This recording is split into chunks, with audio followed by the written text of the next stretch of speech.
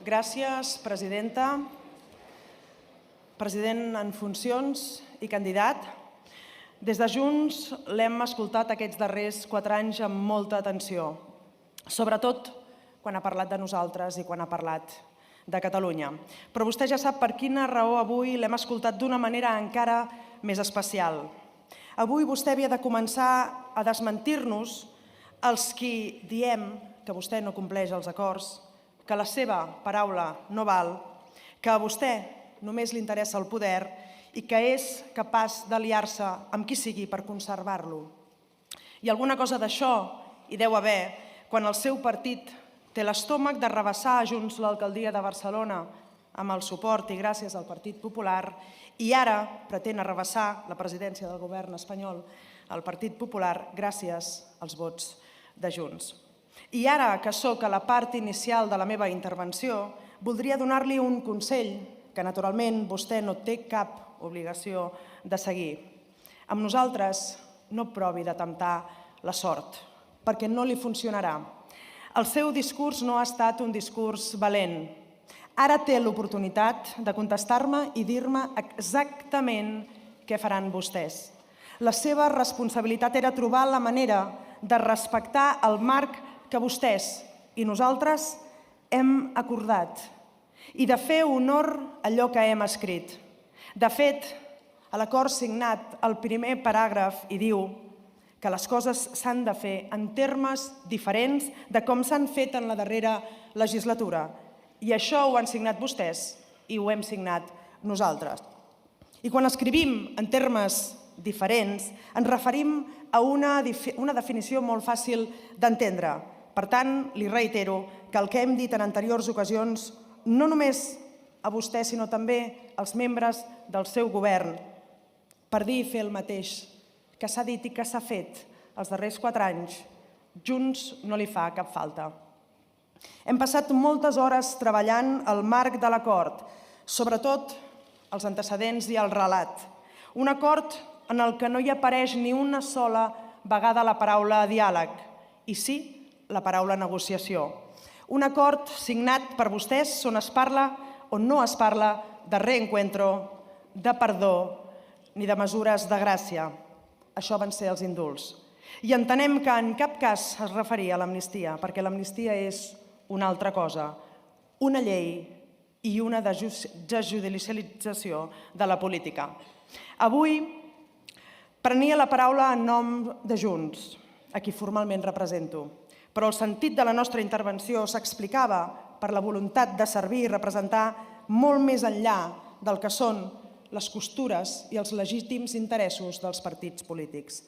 Aquest debat d'investidura ve precedit d'un enfrontament entre espanyols i també una divisió entre els dos grans partits respecte a Catalunya, que no s'havia produït mai en investidures prèvies. I hi ha un fet incontrovertible que ho explica, un fet que vostè sap perquè l'ha signat, perquè forma part del nostre acord.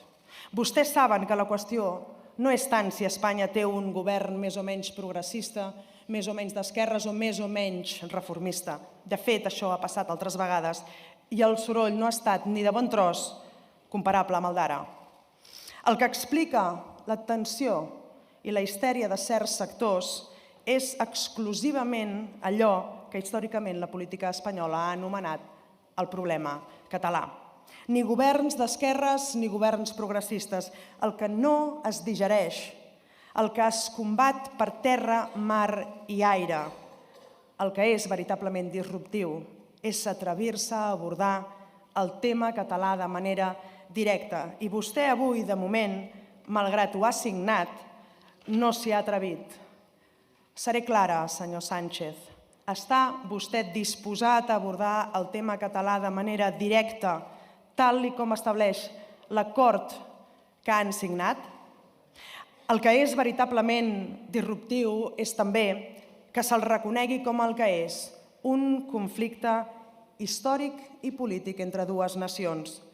Que per primer cop es plantegi en un acord polític una llei d'amnistia que acabi amb la repressió judicial i que es pugui plantejar un referèndum d'autodeterminació com una de les propostes per resoldre el problema de fons que, com molt bé hem convingut a escriure en l'acord polític, continua sense resoldre'l. I la funció de la política és justament resoldre els problemes pendents. El resultat democràtic expressat a les urnes ha recordat que el conflicte històric no resolt continua a l'epicentre del debat polític espanyol. Sé que molts de vostès han tingut la temptació en aquests darrers anys de fer creure que ens n'havíem d'oblidar i que de fet ja l'havíem deixat enrere. S'enganyaven, enganyaven i ho sabien. Ara toca actuar en conseqüència i deixar d'amagar el problema. Està disposat a fer-ho, senyor Sánchez? El debat viu i intens que s'ha viscut a Catalunya sempre, no només en els darrers 10 anys, és el propi d'una societat madura democràticament, no pas amb problemes de convivència, que s'expressa de manera diversa i de manera plural, fins i tot amb contradiccions, però que és capaç també d'articular grans acords i sempre s'ha expressat de manera democràtica i de manera pacífica. Ens sentim molt orgullosos de defensar Catalunya, reconeixent els nostres defectes i les nostres mancances que ens fan, afortunadament, una nació. Imperfecta, però sí una nació. Ens sentim orgullosos de posar de manifest tota la seva potencialitat, tota la seva diversitat, i cal destacar-ho, tots els seus grans consensos. Sí, grans consensos com els que hi ha sobre la llengua, sobre l'ensenyament, sobre les infraestructures, també sobre la denúncia del dèficit fiscal i també la denúncia del deute històric, també sobre la cultura, la ciència, la internacionalització i, no cal dir, el dret a l'autodeterminació. Si som aquí avui és per fer que aquests grans consensos que el Parlament de Catalunya ha recollit al llarg de la seva història siguin atesos. Per això hem definit al nostre acord polític que l'únic límit és el Parlament, que és, com molt bé hi posa el text, el representant legítim del poble de Catalunya. Perquè la legislatura avanci, el nostre país, Catalunya, necessita que passin coses diferents i que es culmini un acord que canviï la història. Vàrem dir en campanya electoral que res seria igual si depenia de Junts. I només cal mirar el que està passant avui per tenir-ne la primera constatació. Certament estem emprenent una investidura on res serà igual. Li hem transmès, senyor Sánchez, ho sap i n'és conscient, i li dic ara perquè encara és a temps de desistir. És a temps de desistir. Però si tira endavant, sap, i que també ho sàpiga tothom, que nosaltres no enganyem a ningú, que som fidels als nostres compromisos adquirits i que si som aquí avui és per fer que les coses canviïn de veritat. I si aquests canvis no són possibles, si no s'avança, no donarem suport a cap iniciativa que es presenti des del seu govern i des de la seva majoria, a cap. L'acord que hem subscrit, senyor Sánchez, ho diu ben clar. L'estabilitat de la legislatura queda subjecta als avenços i compliments dels acords que resultin de les negociacions en els dos àmbits permanents assenyalats en el punt segon. Els recordo, els dos àmbits, perquè quedi constància al diari de sessions. L'àmbit del reconeixement nacional, on nosaltres plantegem el referèndum d'autodeterminació, i l'àmbit dels dèficits i limitacions de l'autogovern, on hi plantejarem, entre d'altres coses, la cessió del 100% dels impostos que paguen els ciutadans de Catalunya. Em pot confirmar, perquè al matí no ens ha quedat gens clar, si vostè està disposat a complir tots i cada un dels punts de l'acord signat i a ratificar les 1.486 paraules de l'acord. 1.486 paraules, de les quals ni una és casual o sobrera. El conflicte entre Catalunya i Espanya té arrels profundes que venen de molt lluny. La societat catalana, d'ençà de l'aplicació del decret de nova planta, amb la subsegüent abolició de les nostres institucions seculars, de les nostres constitucions, la pèrdua de la nostra sobirania i la prohibició de la nostra llengua, ha batallat per recuperar el que les armes i la monarquia ens van furtar fa més de 300 anys. La distància i el desacord permanent entre les dues nacions han estat fruit de tensions polítiques davant les quals l'estat espanyol, en moltes ocasions, ha respost a través de la repressió política, militar, policial, judicial i també mediàtica. La manifestació màxima d'aquesta repressió és la detenció, l'extradició, el Consell de Guerra, la condemna a mort i l'execució del president de la Generalitat, Lluís Companys. L'evidència de l'existència d'un conflicte polític calia reconèixer-lo. Aquest relat, com a origen i perpetuació del conflicte, per primer cop s'accepta per la part espanyola. I aquesta part del nostre acord és especialment rellevant perquè emmarca els avenços a donar en la resolució del reconeixement nacional de Catalunya. Tots vostès saben que els darrers intents d'acordar una via de restitució dels nostres drets històrics perduts i fer-ho a través de la negociació que espera la societat catalana han estat formulats a través de mecanismes que permet la Constitució, però cap d'ells ha prosperat.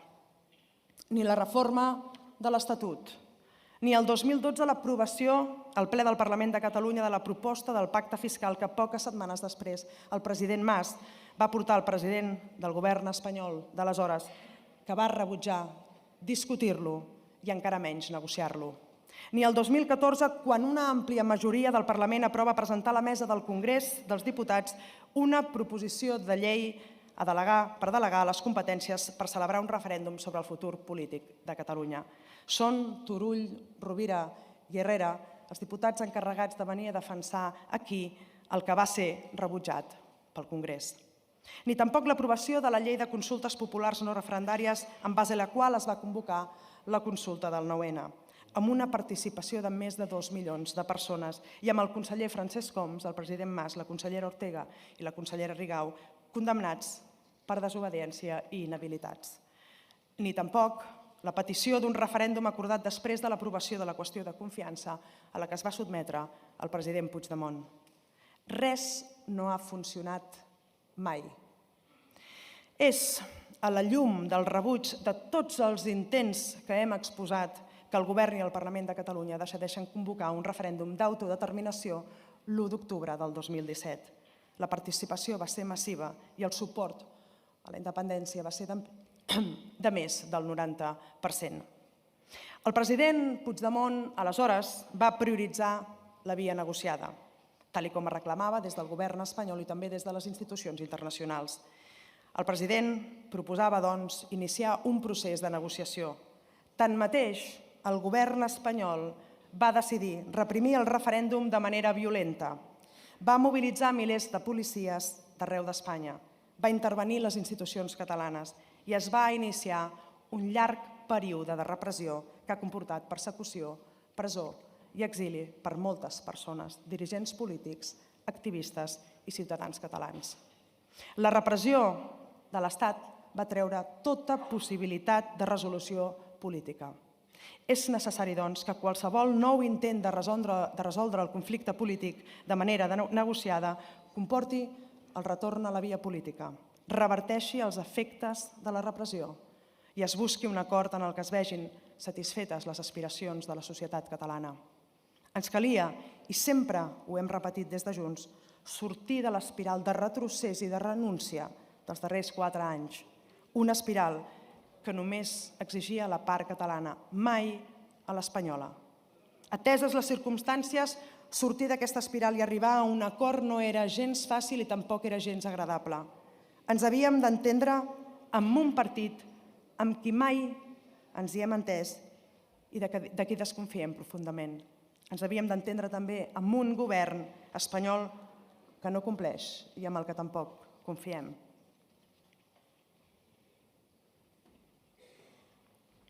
Per això hem triat una manera diferent a la que el catalanisme normalment pactava amb Espanya. En lloc d'anar a preu fet, anirem atant la peça. En lloc d'assegurar l'estabilitat de la legislatura d'entrada, caldrà guanyar-se-la acord a acord. En lloc de fer una llista de la compra, sempre incompleta i mai satisfeta, volem parlar del supermercat sencer. Necessitàvem passar de la mentalitat autonomista en la que alguns han quedat atrapats per una mala diagnosi de l'origen i naturalesa del conflicte a una mentalitat d'estat que qualsevol nació ha de tenir per fer que les coses girin, que les coses canviïn i que les coses es transformin. Calia assolir un canvi de paradigma, passar d'una relació de subordinació a una relació d'igual a igual, que és el que el president Puigdemont reclama fa més de 7 anys. Hi havia una sèrie d'elements que eren imprescindibles que es complissin si el govern espanyol volia emprendre un procés de negociació amb Junts, i el president Puigdemont les va indicar a la seva conferència el 5 de setembre. Eliminar tota referència de l'independentisme a la directiva d'intel·ligència, retirar la vinculació de l'independentisme català amb el terrorisme dels informes de l'Europol i la llei d'amnistia. Calia, i per això ho fem constar, un acord sense renúncies en el que explicitem que per nosaltres el mandat de l'1 d'octubre és vigent i el compromís amb la independència és irrenunciable, sense renúncies i sense enganyar a ningú, perquè si algú diu que aquest acord serveix per girar full, enganya els ciutadans, perquè no ho hem fet i no ho farem mai, perquè aquest no és només un anhel nostre, pertany a les generacions i generacions de catalans que s'han sacrificat en circumstàncies molt més adverses que les actuals per aconseguir que arribem fins aquí. I avui, perquè formem part d'aquesta cadena de generacions, escrivim una pàgina més que ens acosta al nostre objectiu. En resum, calia identificar bé el problema, dotar-se de les condicions i elements necessaris per abordar la seva resolució i acordar una metodologia de treball. Si avui som aquí és perquè aquests elements i altres inclosos a la conferència del president Puigdemont són presents a l'acord que hem signat. Som conscients dels riscos, de les dificultats i també de les profundes discrepàncies, perquè vostès no han deixat de ser aquell partit que va abraçar amb entusiasme l'aplicació del 155 contra el nostre país. I nosaltres no hem deixat de ser aquella força que va promoure el referèndum i la declaració d'independència. Som allà on érem, però sabem que tenim una oportunitat d'avançar i que per saber on anem has de saber d'on venim. D'on venim i cap a on anem ha quedat perfectament clar l'acord que signem. Ara es tracta de treballar en els 2 àmbits que hem acordat, perquè la feina és ingent i el temps és limitat, i perquè tothom sap de la ferotge oposició que hi té l'estat profund, aquell que va quedar intacte després de la mort de Franco i que durant dècades ha fet i ha desfet, sobretot desfet, el que li ha convingut, des de terrorisme d'estat fins a la lawfare. Aquesta paraula que tant espanta i incomoda a alguns, però que tothom sap que existeix i que es practica a l'estat espanyol.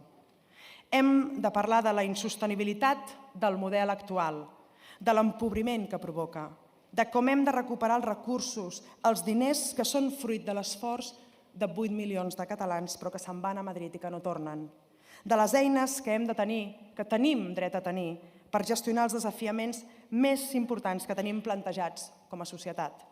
Els posaré un exemple de la insostenibilitat del model actual, d'un àmbit que és una de les principals preocupacions, el de la immigració. A Catalunya hi ha el 23% de la població immigrant de tot l'Estat. Som el 16% de la població, però tenim el 23% de la seva immigració, 1,3 milions de persones. És un repte prioritari per qualsevol societat, sobretot si és una societat amb vocació d'obertura i compromesa amb la convivència i els drets humans. Però tenim exactament les mateixes escasses competències que tenen comunitats autònomes on acullen el 0,6% de la immigració. I si parlem de recaptació d'impostos, de contribució als pressupostos de l'Estat, d'inversions executades de participació en fons europeus, el panorama és exactament el mateix. I això s'ha d'acabar. El pacte que hem signat abordarà propostes inèdites que resolguin els dèficits i les limitacions del fracassat model del cafè para todos. I com que partim de la desconfiança i de les males experiències i atesa l'enorme importància que té per tots nosaltres la resolució del conflicte, hem constituït un espai de negociació inèdit que ofereix les garanties que feien falta, perquè escoltant-lo avui són imprescindibles. I estem parlant del mecanisme de mediació que serà independent a tots nosaltres, que ens acompanyarà en la recerca de solucions, que vetllarà pels compromisos que adquirim i que verificarà si no complim allò en el que ens hem compromès.